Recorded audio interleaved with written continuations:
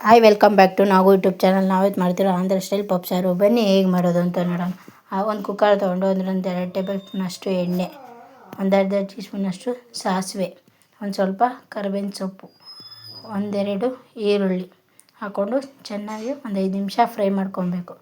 Fry ಮಾಡಿದಾದ್ಮೇಲೆ ಒಣಮೆಣ್ಸಿನ್ಕಾಯಿ ಒಂದೆರಡು tomato, 1 ಗೆಡ್ಡೆ ಬೆಳ್ಳುಳ್ಳಿ, 8 ಹಸಿಮೆಣ್ಸಿನ್ಕಾಯಿ, ಒಂದು ಅರ್ಧ ಟೀ ಸ್ಪೂನಷ್ಟು ಜೀರಿಗೆ, 1 ಕಪ್ಪಷ್ಟು ಬೇಳೆ, 1 ಕಪ್ಪಷ್ಟು ಹೆಸರುಬೇಳೆ, 1 ಕಟ್ಟಷ್ಟು ಮೆಂತೆ, 1-2 ಬದನೆಕಾಯಿ, ಒಂದು ಅರ್ಧ ಟೀ ಸ್ಪೂನಷ್ಟು ಅರಿಶಿನದ ಪೌಡ್ರು, 1-2 ಲೋಟ ನೀರು, 2 ಸ್ಪೂನಷ್ಟು ಉಪ್ಪು, ಒಂದು ಅರ್ಧ ಟೀ ಸ್ಪೂನಷ್ಟು ಧನಿಯಾ ಪೌಡ್ರು ಹಾಕ್ಕೊಂಡು ಚೆನ್ನಾಗಿ ಮಿಕ್ಸ್ ಮಾಡ್ಕೊಂಡಿದ್ದಾದಮೇಲೆ 1-2 ವಿಸಿಲ್ ಬರೋವರೆಗೂ ಕಾಯಬೇಕು.